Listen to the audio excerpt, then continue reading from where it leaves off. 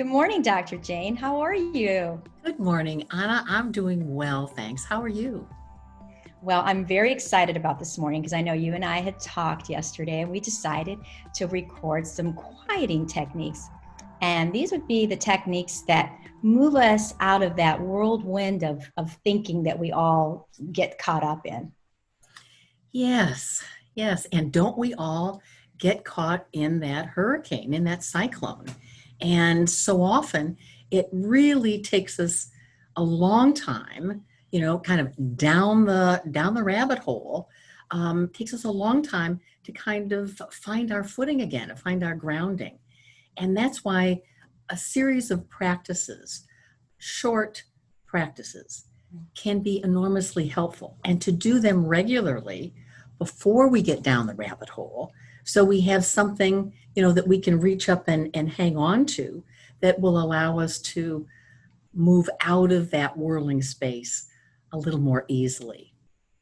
Yes, I can't wait. I know that Yeah. those techniques, some of the techniques that you've taught me over the years have certainly helped in so many ways. So, and the wonderful part about the techniques that you teach is that they are very simple to do. You don't need a whole lot of time. That's Yeah. exactly right, Anna. I'm a firm believer that people tend to do better with incremental practices initially, and that incremental can kind of build together, so that we have these pieces, parts that we're engaged in. And really, it allows us to experience kind of what the scientists call the critical mass, where you have a multitude of particles moving in the same direction, and all of a sudden, there's something profound that happens as far as the force that they're able to produce. And these practices have that kind of critical mass potential. It's really doing a little of this and a little of this and a little of this, and maybe extending it a time or two or adding it together, that allows us to begin to have practices that we can access throughout the day. That it's not about I'm taking time out to do a practice, but I'm bringing my practice into the course of living my life. And ultimately, this moves us into life as practice.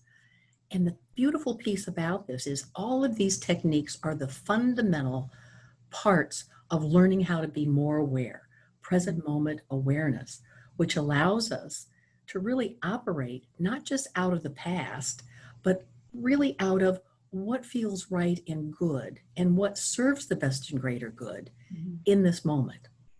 Yeah, I know for me, Dr. Jane, just doing it consistently has really helped. And it's almost become like a natural routine for me every day. I don't even realize that I'm doing some of them when I am doing them. You know what I mean? Unless I actually sit down like physically to say, okay, you're going to do this practice right now. But sometimes, I just automatically just go right to them if I'm under some enormous amount of stress that day or whatever it may be. Yes. And so often, Anna, the response that I get um, from people that I teach these techniques to, and most of the times I've been teaching these through classes that are mindfulness oriented or awakening oriented or health and wellness oriented. And very often people will say, well, that's just great, but I really don't have the time to do it. And what I really look to have people be open to is, it's not about, again, it's not about you have to carve out a lot of time to do these.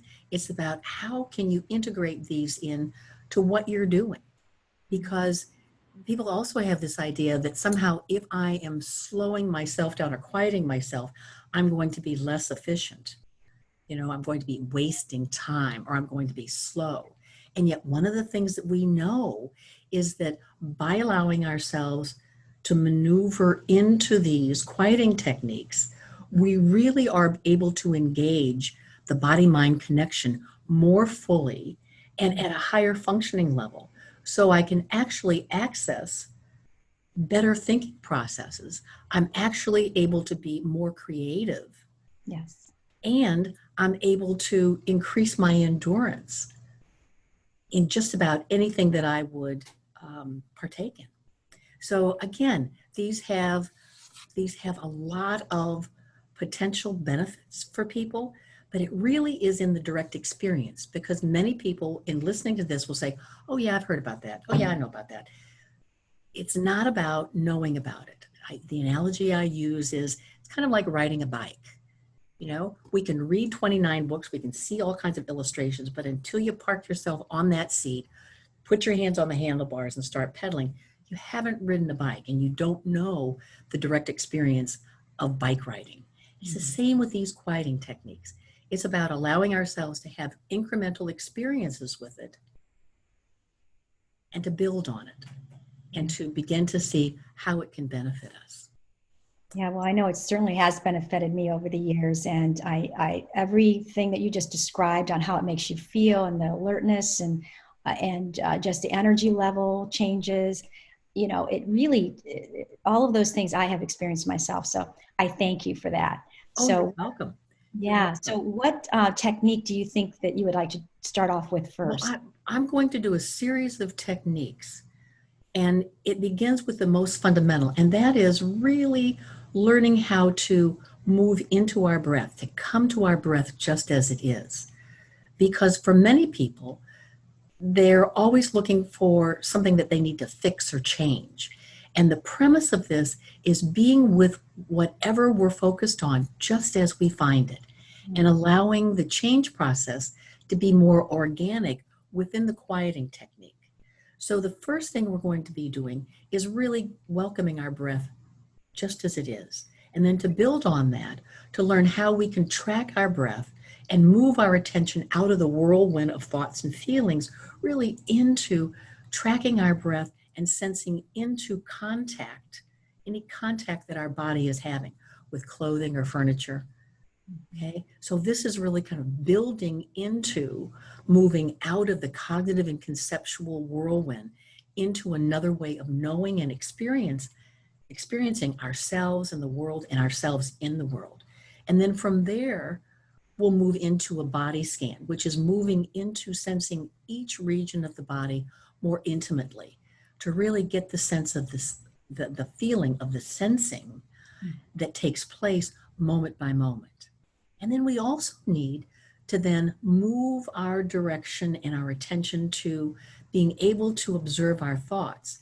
Because in this whole process of quieting, it's going to be important that we cultivate a position that we have ourselves in our consciousness where we can observe what's happening, both in my thoughts and in my body, in order for me to have the present moment awareness to make conscious choices according to what is truly needed in the moment. So by watching, by learning how to be this observer, this watcher, I'm really positioning in a neutral place so that I can observe exactly what's happening and I can discern, which is quite frankly an art and a science of direct experience, what is needed next, what right action really will unfold best from this moment. And then we also want to include a practice that allows us to move out of those times when we really become entrenched in negativity or painful emotions. And the best way to do this is with a practice called loving kindness. The Sanskrit word for it is metta, and it means the loving kindness. It really is about generating the loving field that we talked about in our series. The heart math people have incredible research on creating a field that's generated by thoughts of love, appreciation, gratitude, or compassion.